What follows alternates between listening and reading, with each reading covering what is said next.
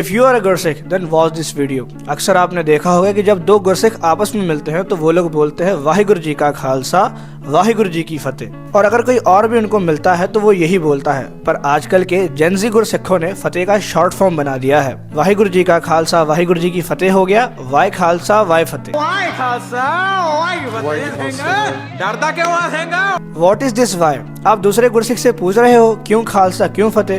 क्योंकि Y Khalsa Y फतेह का मतलब यही होता है। और कई लोग बोलते हैं खालसा फतेह। लाइक कहाँ हम लोग सोच रहे हैं कि 96 करोड़ी खालसा तैयार होगा और कहाँ पर ये लोग खालसा फतेह करते जा रहे हैं। और भी है जैसे वार जी का खालसा वार जी की फतेह। और सत श्री अकाल को तो इन्होंने सस्सी काल कर दिया है।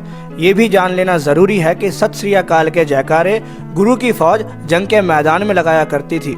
जब कोई मैदान को फतेह कर लिया जाता था तो सत श्री अकाल कहा जाता था। सुनने में ये चीजें बहुत छोटी लग रही है पर है बहुत बड़ी। वी वर इन तारागढ़ साहब, जहाँ पर एक सिंह जी ने दूसरे सिंह जी को कॉल किया और कहा वाहिगुरु जी का खालसा वाहिगुरु जी की फतेह। अब आते वक्त दूध लेकर आना एंड देन वाहिगुरु जी का खालसा वाहिगुरु जी की फतेह। देखा जाए तो उन्होंने यहाँ पर सिर्फ 5 या 6 सेकंड की बात की थी, पर इस बीच उन्होंने 4 बार वाहिगुरु बोल दिया, जो कि बहुत अच्छी बात है। इसीलिए फतेह हमेशा पूरे सत्कार के साथ पूरी बुलानी चाहिए। एक छोटी सी लाइन बोलूंगा, शायद उसके बाद आप फतेह बुलाने की इंपॉर्टेंस को समझ जाए। एक गुरसिख के शरीर पर 3.5 करोड़ रोम होते हैं, यानी बाल। लाइन को सुनिएगा।